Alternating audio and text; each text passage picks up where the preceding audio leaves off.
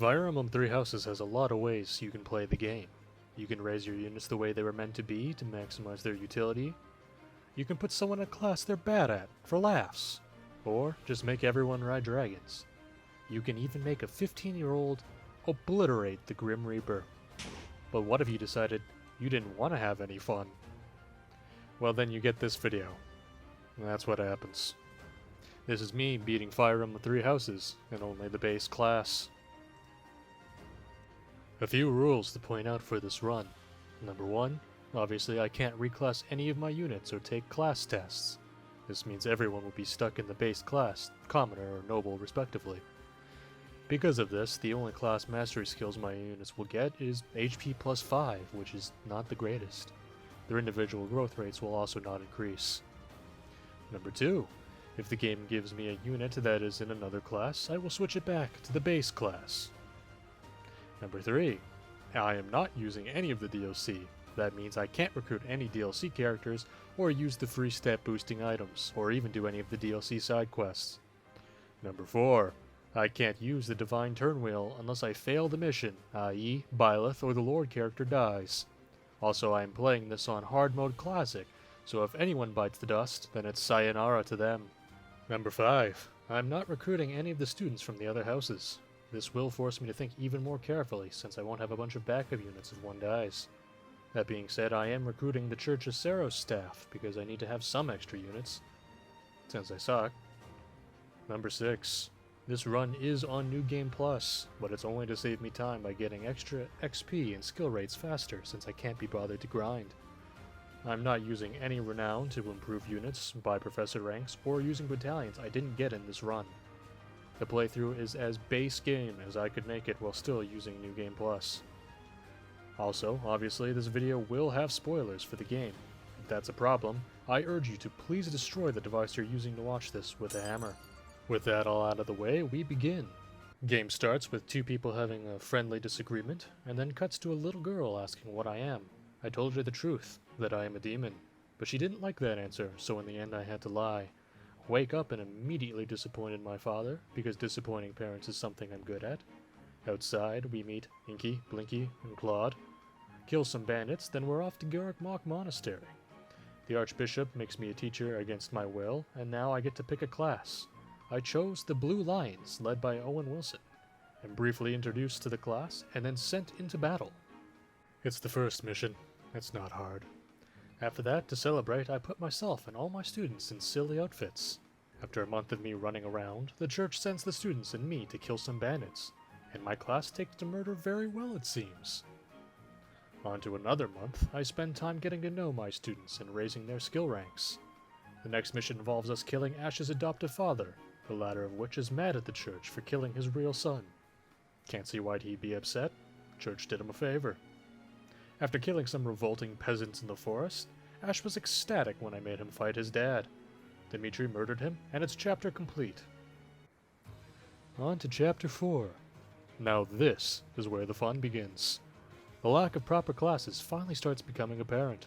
For example, Ingrid has low base defense, and the best way to get a few extra points early on is to reclass into something else. I can't do that, plus my Ingrid has been shit and refuses to level defense. She's essentially wet tissue paper. Everyone else also felt weaker than they should be, albeit still more useful than Ingrid. Plus the lack of spell usage I get makes things harder for Mercedes and Annette, who runs out too quickly. This all combined with everyone only able to move 4 spaces made this chapter more difficult than I first assumed. I even almost lost to Do, but eventually I pulled through. The Death Knight was here too. I went around him, and with the chapter completed I was awarded with the Magical McMuffin. Professor Hanneman told me that the Fire Emblem was me all along. Then I watched some more support conversations, and recruited my first member of the church, Cyril. In all my experience with the game, Cyril has never been good once. But not today. Cyril will become a killing machine, and I will sacrifice as many lives as it takes to do so. Moving forward, Felix makes some new friends, and I get to the next chapter. This time around, we're hunting Sylvain's brother, who is throwing a tantrum because Sylvain won't let him get a turn on the Xbox. This chapter was honestly going by pretty smoothly, until this happened.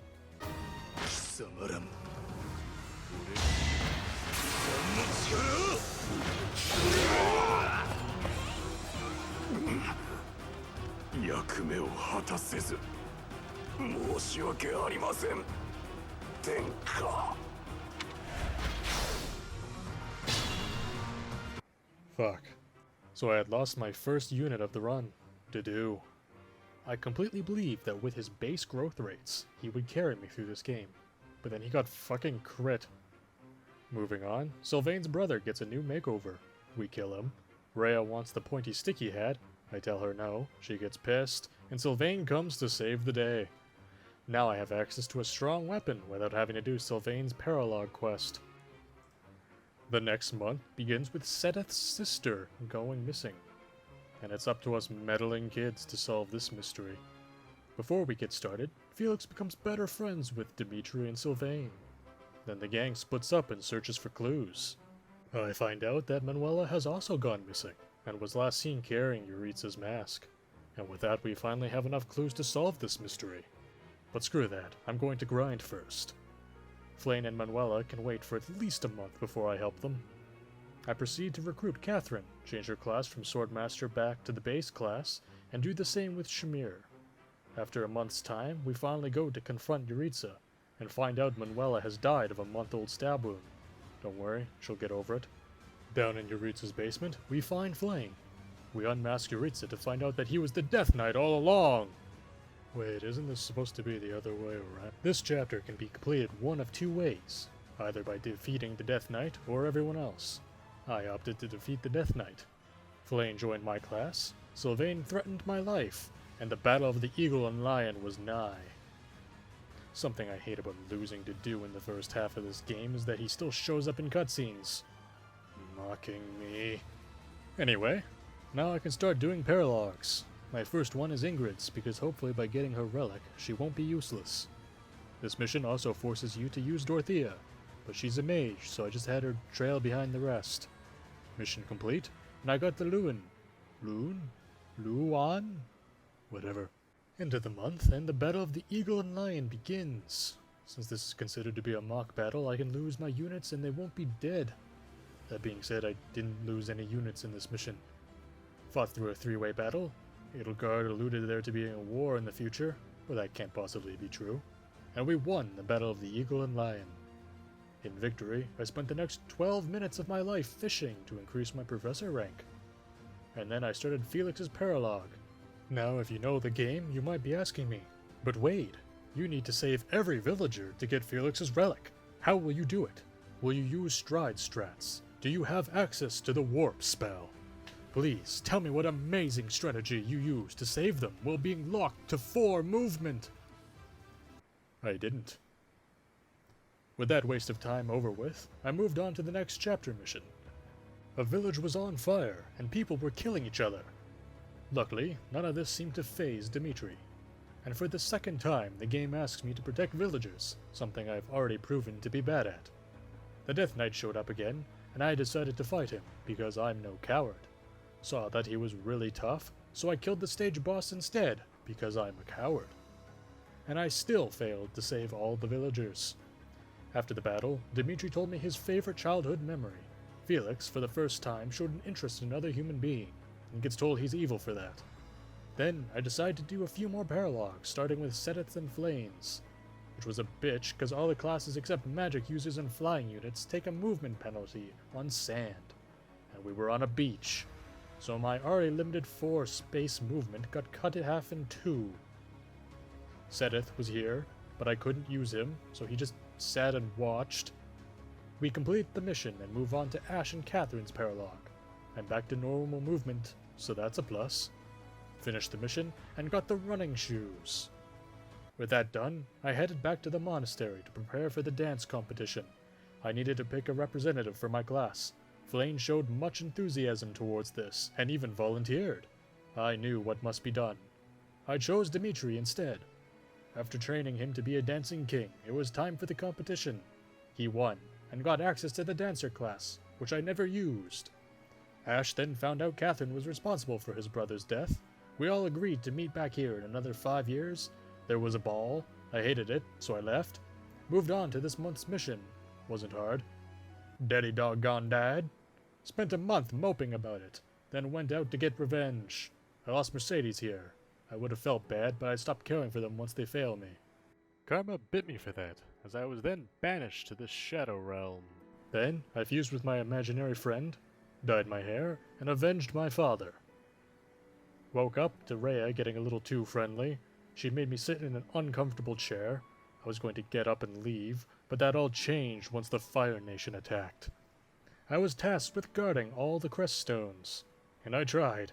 I tried so very hard, but our short little legs just couldn't keep up with them. Defeating the Flame Emperor revealed her identity as Edelgard, which Dimitri took surprisingly well. The class were delighted to witness Dimitri's psychosis, and Edelgard declares war against the church. In preparation for the coming battle, I recruited Aloise. Then it was time to send students to war.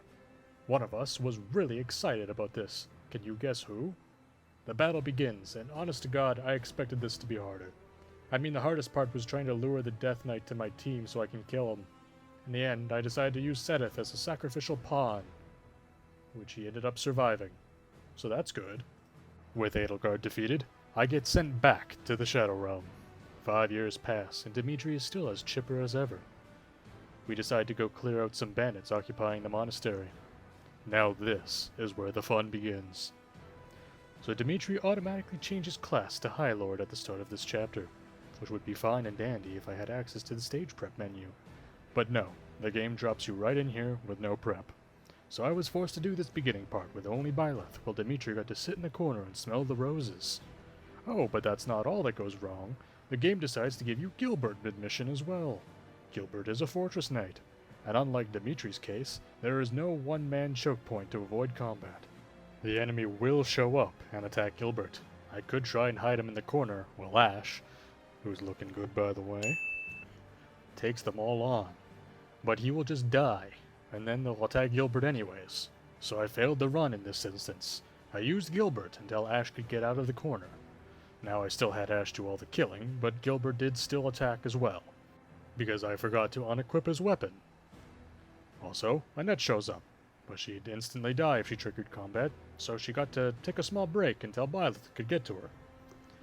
After I get through that ordeal, the rest of the class shows up. And look at all my babies. They're all grown up. We complete the mission, and the members of the church come to greet me. It is then that I notice something terrible. Cyril grew up. This is unacceptable. First chance I got, I turned him back into a small child. Even gave him a butler's outfit to boot. Everyone then tries to calm down Dimitri, but it is too late. His hate boner has grown too large. My students then tell me how they feel after half a decade. I start Gilbert and Annette's paralogue, and we get the first real in-game death. To a fucking 3% crit. Just listen to that death rattle. 団長このアロイス幸せな人生でしたぞ After completing their paralogue, we get the Crusher, a weapon I'm probably not going to use. Rip Alois, you died for nothing. Dimitri has an episode, and the Empire plans to attack the church. Again, Hanneman and Manuela argue about them plausibly getting married. Did I mention that I recruited them? No? Well, I did. The Empire attacks, and Cyril really proves to be useful here. Probably because I fed him all the stat boosts, gave him strong weapons, and Dimitri's battalion. I took this map slow and steady, which is the one thing my team is good at doing.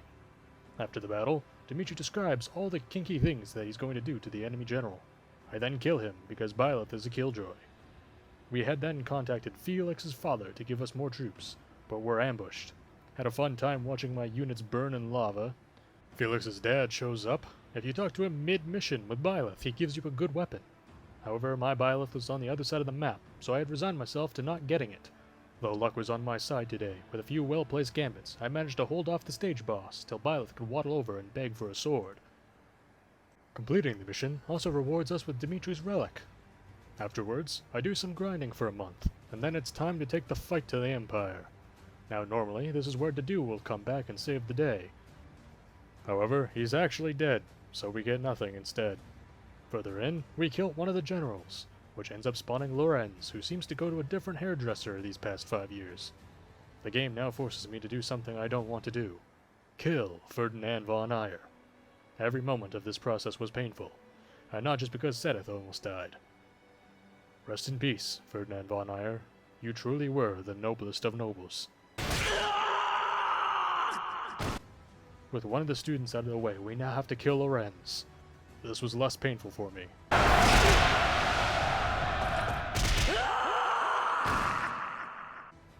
After the battle, the little sister of the general we killed 2 months ago wishes to join our army, which isn't suspicious at all. Dimitri gives the okay, and I prepare us for the nightmare that is the next chapter. I then watch some more supports, and then we get a bullshit reason to attack the Alliance. And so we begin our second three-way battle.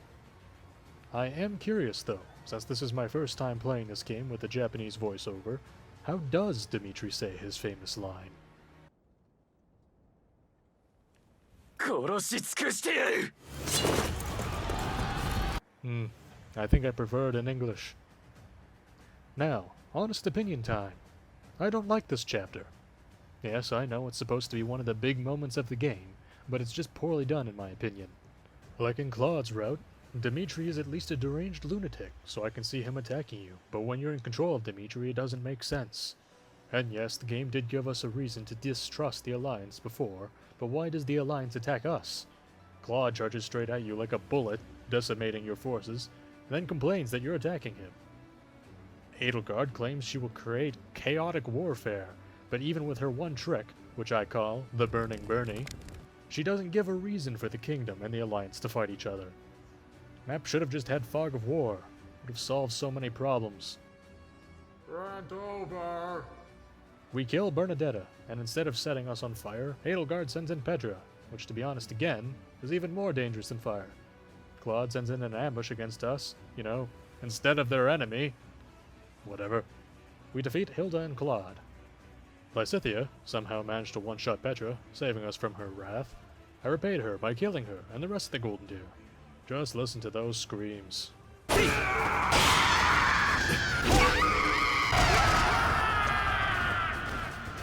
Absolutely beautiful.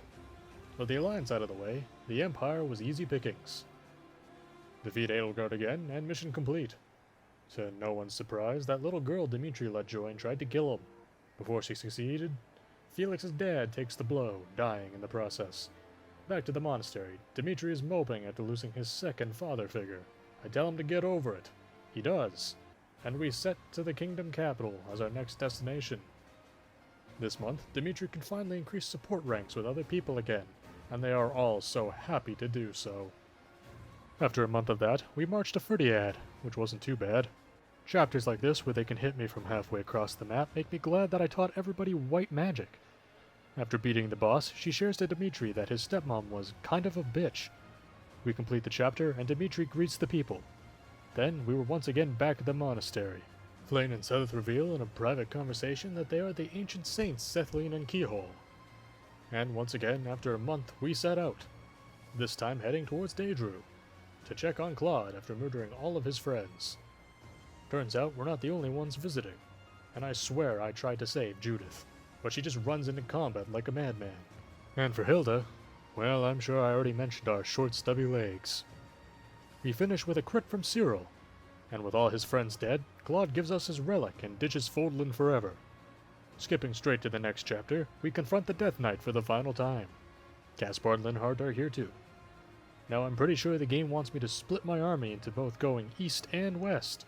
But screw that, everybody goes west. I teach Caspar his final lesson. Linhardt gets left alone because he's not bothering anyone. Later in, I choose Sedith to kill the Death Knight as a sort of amends for using him as a sacrifice earlier. And with the chapter complete, I do my final preps before going into the endgame. Dimitri and Edelgard have a debate about their favorite Pop-Tart flavor. Mine is blueberry. And I choose who I'm going to marry. I'll leave that as a surprise for the end of the video. With that, we move to the penultimate chapter. Now this is where the fun begins. This chapter takes a long time, even when you have units in proper classes. And remember back to when I explained the rules, about how I'll only use the turn wheel mechanic if Byleth of the Lord dies? Well, he did. Multiple times, actually. I also cheated, because I used it on other units. If this bothers you, bite me. The original challenge was to beat this in the base class, not removing the turn wheel. Anyway, I have Zedith kill Dorothea, and I get my comeuppance for cheating when I fucking misclicked with Manuela and cause her death.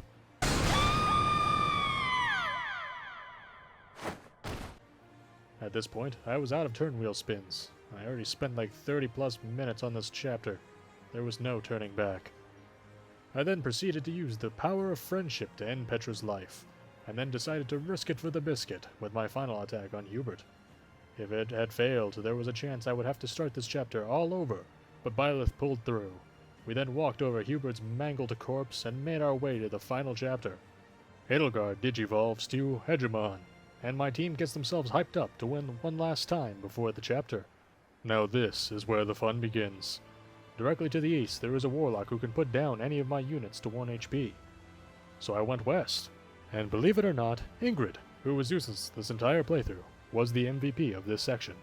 She had the highest res stat out of all of my units, so with the power of cheese, we waited till the enemy was out of projectiles before moving in. Once we get to this corner room, I had everyone camp as the enemy sent their troops in single file. They ended up flanking me with a grappler, so I sent Gilbert, who can survive at least one enemy round, to protect us. But luck was not on my side, and he was crit. Despite losing Gilbert, we managed to hold off the onslaught and make our way to Edelgard, whilst being careful not to aggro the rest of the enemies. Here we are, the final boss. At first I wasn't too worried, but seeing how she can one-shot most of my units did have me sweat a little. Despite this, I managed to whittle away her health until I could deliver the final blow, and I always knew how it was going to go down. With a crit from Little Cyril.